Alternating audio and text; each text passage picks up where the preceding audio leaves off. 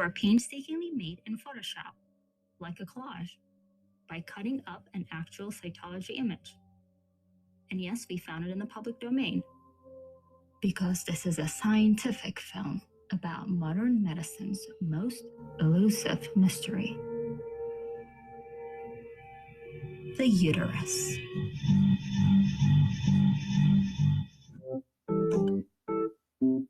My name is Camille Hollett-French, and I'm an actor and filmmaker, writer, director, producer, and I co-wrote, co-directed, and co-produced this film with Ipek Ensari. I'm Ipek. I'm also the co-director, co-producer, co-writer of Endomic. And we're very excited that we're now finally ready to share it with the rest of the world. Was there any doubt that this was going to Slamdance's inbox? I don't know, it's a crazy story because Ipek and I met on October 16th, and then little did we know, like, you know, whatever. Well, first 8 days later, but then a couple months later, it's like, oh, like, yeah, we have this film all of a sudden, and it's like the next film, you know, to go out into the world. So we made the film through the Symbiosis Filmmaking Competition at Imagine Science Film Festival in New York City.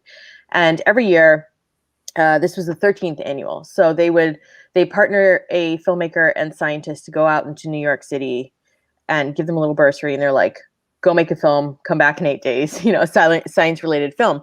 But because of the pandemic, this was the first year that they went worldwide. So yeah, a little interesting fact, Ipek and I have never met in person, but we've spent so much time together. Like, yeah, we're just talking heads to each other. Like, yeah, exactly. I don't, Camille doesn't have a body. She's just like shoulder out. And yeah, so we made the entire thing over Zoom. We shot the live action parts of it. A little bit about the film. It's a live action meets animation, documentary meets mockumentary. So some like scripted reenactments, but all based on real life stories, because Ipek is Dr. Ipek Ensari, and she's a research scientist at Columbia University. And it's so crazy how we came together, because we had the ability, like, after we were accepted into the program, so they took applications and they did interviews, and then they chose the 6 scientists and the 6 filmmakers, and then they gave all of us like information from everybody, and we can put our choices there. And Ipek was my first choice, and then found out that I was Ipek's first choice. And so the night that we got together and they told us our partners, we were just like, oh my God, because I was like, oh my God, that's the endo lady, because she's an endometriosis researcher, and I was diagnosed myself in 2016. So it, you know, and then we got together and we were just like, oh my God. And then I think we just talked nonstop for probably like 14 hours or something the first night, being like, oh, what about this? What about this? What about this? Yeah. And then so we did everything remotely, except for, of course, the live action stuff that was shot. And we shot that in Vancouver, which was, you know, it was amazing that we're able to pull everything together so quickly. But we have a really strong, tight-knit local indie film scene here in Vancouver. So it was really cool. I'm thankful for that. And then one of our co-producers was our animator and colorist, Phoebe Titus, and she's such a great animator. And Lucy Allen, who's another one of our co-producers and a great director, she was our editor. And so the 4 of us, like literally it was the 4 of us, like these 4 boxes on a computer screen for like 16 hours a day, just like, blah, blah, blah, blah.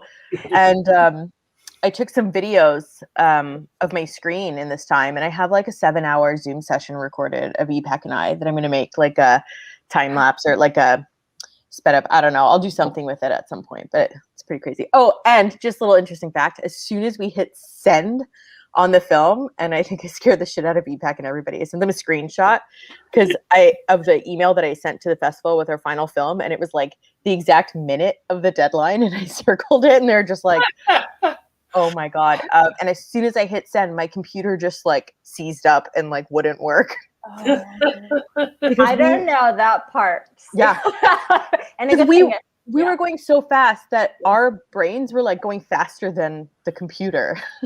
That's amazing. Just to get it made. But yeah, Ipek had, you know, a different experience over there in New York.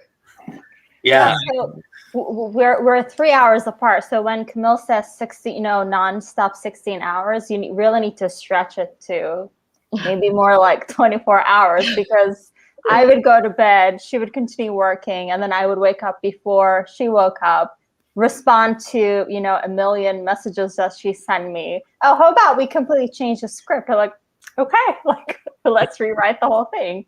And then, you know, we would merge and then split again. So it was a long, short period of making this.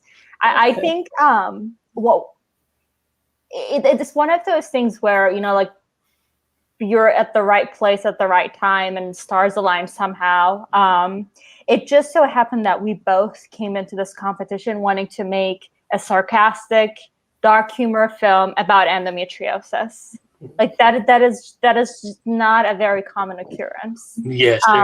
Yeah. Exactly. So like we met, and then within, I think, 5 minutes, we realized we both wanted to make the exact same, you know, we had the same ideas. So I was like, oh, this is great. So it was never a question of how can we agree on an idea. It was always, how do we do this? Like we already know what we want to do, how.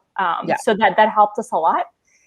Get in terms of getting on the same page and thinking of a lot of the nuances, and getting it done within 7 days. And then after the competition, we just kept working on the things that we weren't able to complete, adding in more of the research, making sure that we are presenting the research in an understandable way. That's also an important part of it. You know, it's not just, oh, it's a problem. Like, you know, like, because we especially people who have endometriosis, they know it's a problem. You know, they know there's a problem in the system, so it's not news to them. Like, oh, really? Like, wow, it takes so long to diagnose, or it's so painful. So we did want to kind of, one of the goals, in addition to raise awareness and have be conversation starters, is to connect these disconnected pieces and help sense making, especially for the patient, especially as a researcher. From my perspective, that we get that question a lot from patients, like why isn't this solved? You know, there are all these other diseases for which there's more research, streamlined, you know, clinical treatment. With my communications with the physicians is a lot more streamlined but why can't we have that for, like, why I'm not experiencing that as a patient in endometriosis? So that one of the goals was to kind of explain why we end up with this really disparate, disconnected system that's not working for endometriosis, which is that there are multiple bottlenecks. You know, it's not just one single part of the society or the system. It's just there are multiple of them that's working in sync, that's producing this really unfortunate situation. But the good news is this is a fixable factor. We can fix it. It's just the first step is to start talking about it and then raising awareness. So. And then funding in, you know, medical, in research and science, and then implementing that and changing the culture between doctor and patient relations, and just changing the culture as a whole. Because yes, we talk about endometriosis, which is a chronic illness, but anyone with any type of chronic illness knows just how much of a marathon it is, you know, just to get through life. Because a problem as well, I've done a bit of looking into, like, you know, the differences between the Western approach to the Eastern approach when it comes to illness. And in Western medicine particularly, it's very much about, like, just well, if the symptoms aren't occurring, then that's okay. You know, there's, rather than looking and trying to find the source. But the fact is when you're just constantly putting Band-Aid solutions on things, you really do get to a point where you're merely surviving rather than living. Yeah. And I think that's a big aspect of just like our joint goal in you know, making endo mainstream, let's say, is that, like, we have to remind people life isn't just about existing, and that we should have a higher quality of life. And so, you know, I mean, the interesting thing too is balancing an info dumping versus a, you know, absurdity parody, but also not becoming a parody of itself on top of that. So you're kind of tightrope walking a lot of aspects in trying to create that mirror of balance that really makes this movie work. And so I'm kind of curious, was the idea to have kind of an equal part of everything and kind of merge them together? Or did you feel like the narrative was going to dictate how the information got out that was real and true, and then insert joke here. Was that kind of how you approached it when you were looking at it? This process was so stressful, but considering how stressful the process was, we laughed so much because stars aligning. Like Ipek and I have almost like the exact same sense of humor. So we would be like rapping. Yeah. So we'd be like rapping off each other, being like, oh, what about this? What about this? And like, you can't choose all of them. You have to hit that one joke or that one punchline or whatever. Right. But every single one that we would offer to each other in the group and with Phoebe and Lucy, we all have very similar senses of humor. So like every option, we would still be laughing at it. We definitely try different sequences of scenes because one thing we try to make sure is not to offend or like ostracize. Yeah, not ostracize someone, and also to make sure that when we're presenting a research, because we only have so few seconds, right, on a scene, how do we make it clear what exactly this scientific literature is communicating? So it was important to make that whatever it was coming after or preceding, that it was related to it. I think with respect to scene sequences, that was one thing that we really deliberately put thought in and tried different orders like graphs. And with that aspect, it's always good to have, non-scientist eyes on those things because, I speak in, scientists speak in this like really weird, different foreign language. And I always tell her she's trilingual. So yeah, so a lot of those, it's really thanks to Camille that we ended up with figures that were understandable, because I would just put in, okay, these are the data, like what do you think? She's like, okay, let's make this in English. But also because I have a really hard time understanding things, and it's like my brain will go like, oh, that looks like a lot to disseminate, I'm just gonna skip over it. so I had to put it in like the Camille's like bottom of the barrel understanding range, because I'm like, hey, if I get it, then everybody else should be able to get it. In terms of like information and like how easy understanding quick graphs are. Like that was probably the biggest change that we made in the 2 weeks after the competition, was just like all the graphs, like the information in the graphs were the same, but we just like, we did things like, oh, let's put them this way side by side instead, and let's make the colors brighter so that we're seeing where the eye needs to go to, stuff like that. But it's kind of funny because we had written a version, because like you can't sit there and ponder in a filmmaking competition. Yeah. It's like, so you got to just run with it. And it's like improv, right? Like you don't say no, you just have to say yes and keep going with it. And so, I think like day 3 or 4, I was really stressed out because I was like, I think our script is kind of melodramatic. And then like I stayed up all night, and then the next day I was like, I sent them an email because I was sleeping about 3 hours a night, and I sent them an email, I think at like maybe 6 a.m. my time, and I was like, I'm gonna be up at 9 a.m.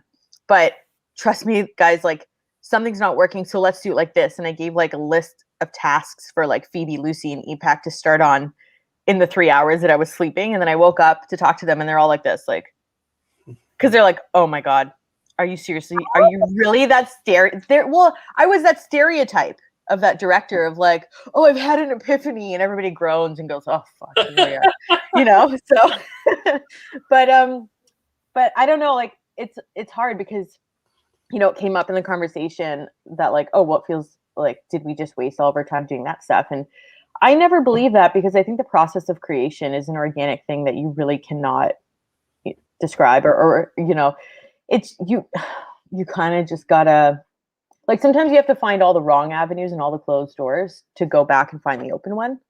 I was very happy with that direction change, because I'd been wanting to go the sarcastic direction all along. So when I got yours, I was like, yes.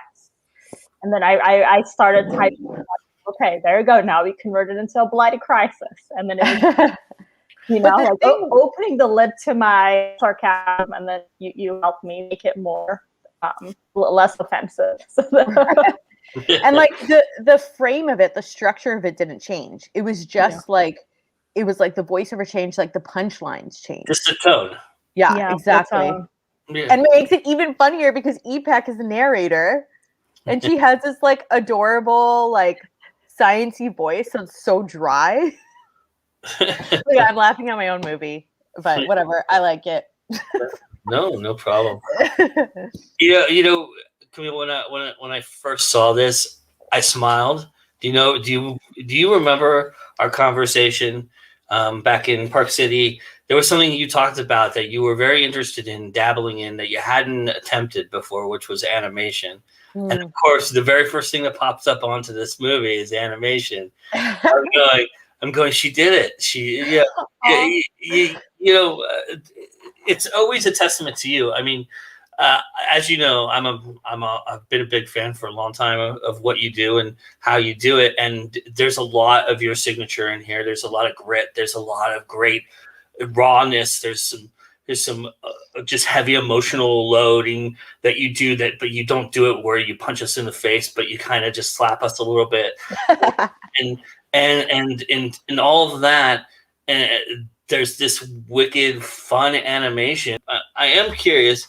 Was it? I'm getting some damn animation in this film. Was that kind of idea for you, or was that just a happy accident?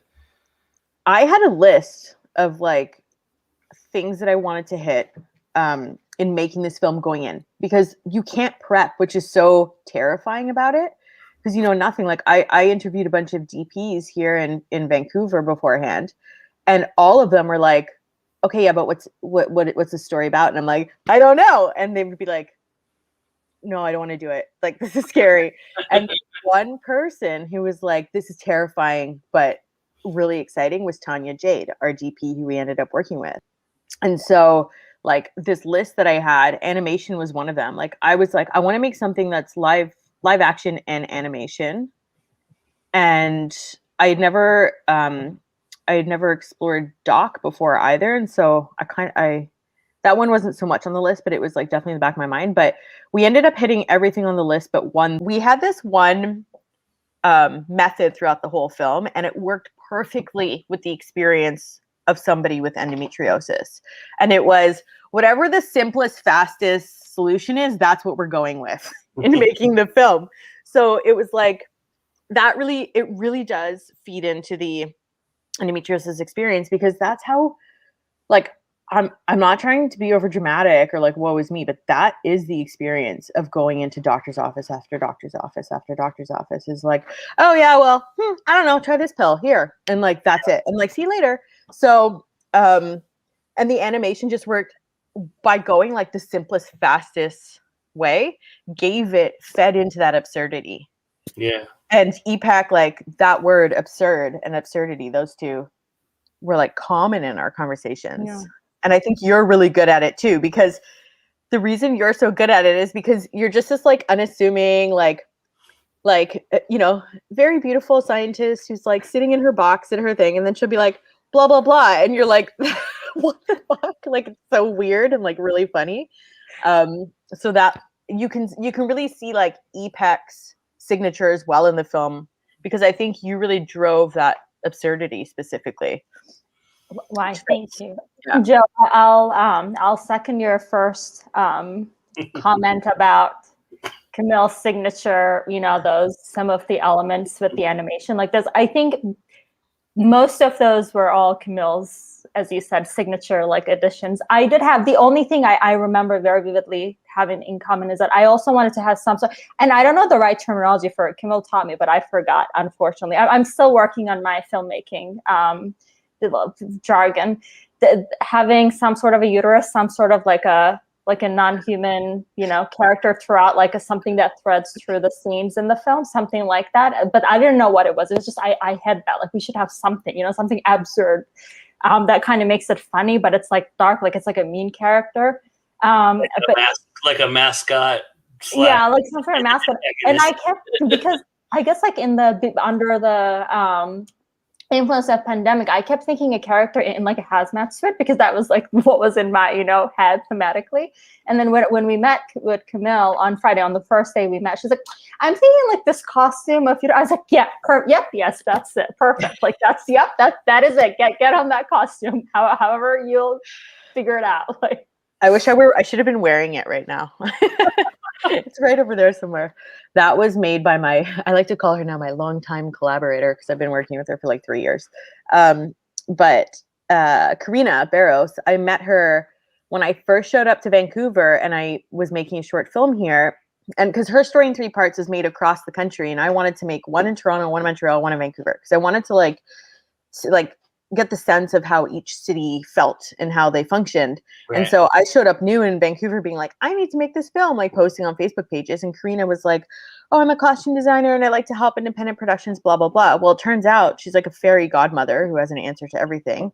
And I texted her. This is probably my, I think, 4th film that I worked with her. And I texted her. I was like, so I need a uterus costume. And she's like what? Send me a picture. And I was like this. And then like 20 minutes later, she sent me sketches. And then she was like, yeah, okay, I'll have it tomorrow. And then I think it was maybe like 32 hours later, she showed up at my door with a uterus costume, like sewn from scratch. And it's like, what? Like, so Ipek, getting your first taste of independent film and indie film, what was your intrepidation going into it? And how quickly did you feel like that was answered? And then I imagine that you've caught a little bug from the community, and kind of talk about what you enjoyed about being an independent filmmaker. It's what does Camille say? You have never seen anything like this before. Like I've never experienced anything like this before. I should begin with. So going into this, it was I saw the announcement for Symbiosis on what else? A postdoc newsletter from our university. And it was a bit of a spur of the moment decision. I read the description. I was like, perfect, great filmmaking. That's exactly like I don't know what I was thinking. I have no filmmaking experience, but I was like, this is perfect. This is exactly what I want to do. So I applied for it, and then I got an interview. And then as soon as I got the interview, I was like, oh crap, like what am I gonna say at the interview? Like I have nothing. So then the director, Alexi Gamba, who's the nicest person, he was the one who interviewed me. And so he asked me, have you ever made a film? Do you have any experience? I was like, nope. Have you ever made a film? No.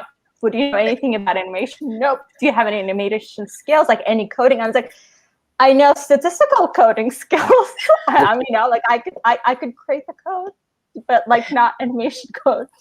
And then he laughed and he said, well, why do you want to be in this competition? And like I gave him my reasons, but it was essentially, I was very intrigued. I remember saying, well, first of all, life must go on, pandemic or no pandemic. And I really appreciate the fact that they were still continuing doing what they did in the previous years and not canceling the Symbiosis. And in fact, on the contrary, they really turned this into an advantage and opened it to filmmakers outside of New York, outside of the United States. So I think that was incredibly smart. So I wanted to support some of these ideals around which they were putting out the event. And the other part being, I think this is a really great challenge. I think there are 2 sides of looking at this challenge. One is, being really afraid, fearful, and because it's this foreign thing, staying away. The other one is, this is, it's something foreign, but it could turn into something amazing. And I feel like, what is the worst thing that can happen? We flop, we create something terrible, ugly uterus, and that's it. Like there was nothing. It's not like, our lives are going to end. So I was like, it was a leap of faith. So I said, I think this is a good challenge. Like so I basically said, I don't think I see my lack of experience as a limitation necessarily. I think it's just a challenge that I'll get to explore, and maybe I'll discover things that I didn't know previously. And I think it's a good way. And the other part I said is I'm really passionate about bringing endometriosis to larger audiences, because my research stays behind paywalls. We publish a lot of this research but it's not written in a language that, you know, anyone can understand. Yeah. And it's not available to the public. And it's just, the whole thing is very ironic, because a lot of our research is funded by tax dollars, you know, but then the taxpayers can't read that research. So I thought, you know, I really want to bring this out to the people. You know, it's research for the people. We do our research using these, you know, not using, but we have human participants. We use their data, and then it doesn't go back to them. So I think we have, as scientists, we have an obligation, we have a responsibility to share their results somehow, in a way that can help make decisions. So these were the reasons that I went into the competition and went into this filmmaking. And I'm really grateful and feel very lucky that it turned out even better, so much better than I could have ever imagined. And I think really Camille is the key here. The fact that I matched with her, and you know, she gave me equal voice. You know, she didn't make it like, hey, I'm the filmmaker here. Like, you just give me the science and I'll do everything. So that was really nice. You know, about catching the bug, we'll see. I mean, we have been talking about, you know, putting in funds for the, what, you know, everything, like, what is the next project? Of course, I'm open to it, but I think that's what we're thinking. We're thinking what the next logical step would and should be. What block is the short playing in, so people can go check it out? So it's in the Unstoppable program, which is the festival's first program for filmmakers and stories about disability, visible and non-visible. And it's really exciting because I was at Slamdance the first time with the first ever episodes program. And so now we're here at the first Unstoppable program. And, you know, I think if anyone is interested in, you know, answering the call in a way to like creating access and like making these sorts of issues known, definitely like check it out and vote audience choice if you love it, and connect with us online. Our handles across all social media platforms. Our handle is A Bloody Crisis, because that's what it is.